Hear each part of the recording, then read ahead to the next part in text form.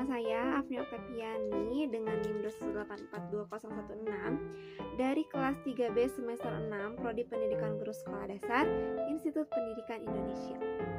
Nah teman-teman, di sini saya akan kembali mereview bukunya Kang Aba, yaitu Cinta Dalam Ikhlas, pada kali ini dengan episode Belajar Menerima Segalanya. Dan kemudian teman-teman, setelah ujian berakhir hingga tiba saatnya pengumuman di mana SPMB ini dibuka. Atar ini berharap namanya ini lolos sebagai kriteria salah satu orang yang lolos di kuliah di ITB ini. Dan ternyata namanya Atar ini tidak tertera dalam deretan nama-nama yang lolos pada saat itu, dan ini sudah menjadi takdir dari Allah. Menerima kabar dari kegagalan Atar ini tidak lulus, nampaknya Atar ini sangat kebingungan, dan Atar pun membicarakannya kepada mamanya, dan mamanya pun menawarkan Atar sekolah di bisnis di Bandung ya, menawarkan ikatan dinas dengan beasiswa yang penuh dengan catatan IPK-nya harus di atas 3,5 setiap semesternya. Dengan hal itu pun Atar pun melakukan pendaftaran di kampus bisnis di Bandung itu, dan Atar pun lolos. Setelah masuk dunia perkuliahan, Atar pun memiliki banyak teman.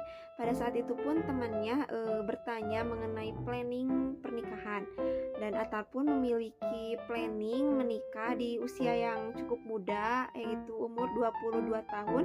Atar ini sudah harus menikah. Dengan pembahasan mengenai pernikahan membuat Atar teringat dengan satu nama, yaitu Ara, kerasnya dia di SMP.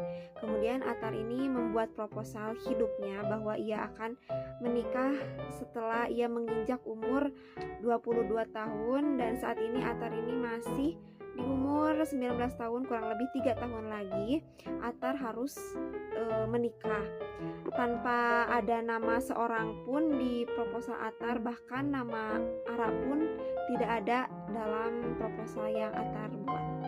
Kemudian Atar pun bilang ya, siapapun yang nanti Allah kirimkan jodoh di usia Atar 22 tahun, maka ialah jodoh yang terbaik menurut Allah, dan Atar pun akan berusaha menerima dan mencintainya karena Allah SWT.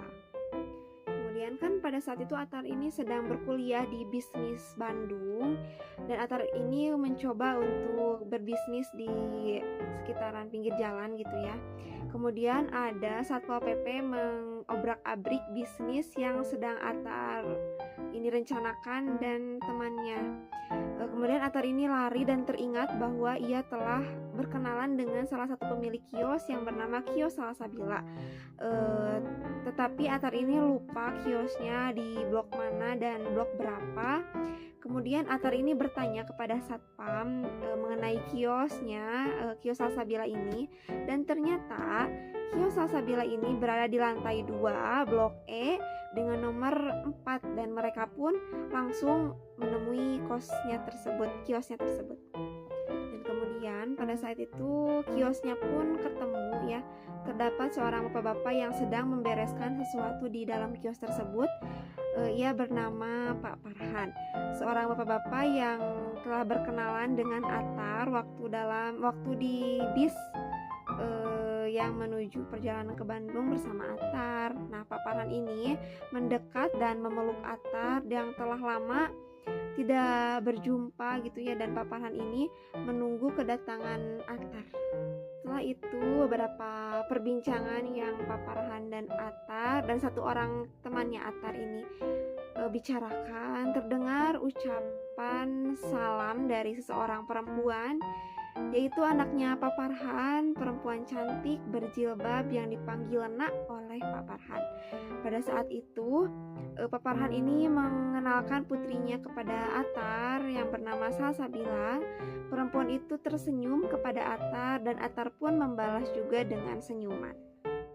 Kemudian setelah mereka berkenalan satu sama lain, Pak Farhan ini menceritakan Atar kepada anaknya yang bernama Salsabila bahwa Pak Farhan ini bertemu dengan Atar ini di salah satu bis yang menuju ke Bandung.